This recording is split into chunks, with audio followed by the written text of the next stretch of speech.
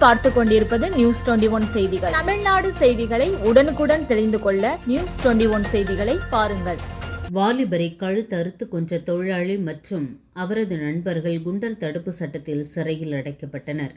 பழனி குபேரப்பட்டினத்தை சேர்ந்தவர் நவநீதன், வயது 25.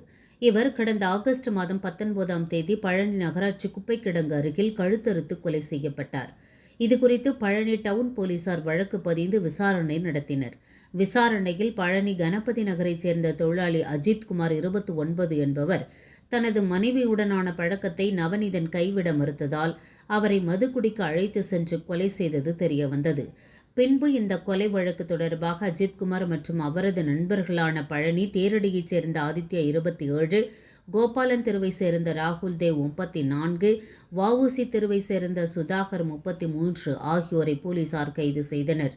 இதில் அஜித்குமார், ஆதித்யா ஆகியோர் மதுரை மத்திய சிறையிலும், ராகுல் தேவ், சுதாகர் ஆகியோர் திண்டுக்கல் மாவட்ட சிறையிலும் அடைக்கப்பட்டுள்ளனர்.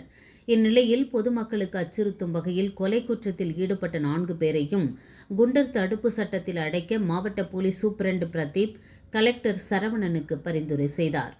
அதன் பேரில் அஜித்குமார் உள்பட 4 பேரையும் குண்டர் சட்டத்தில் சிறையில் அடைக்க கலெக்டர் சரவணன் உத்தரவிட்டார்.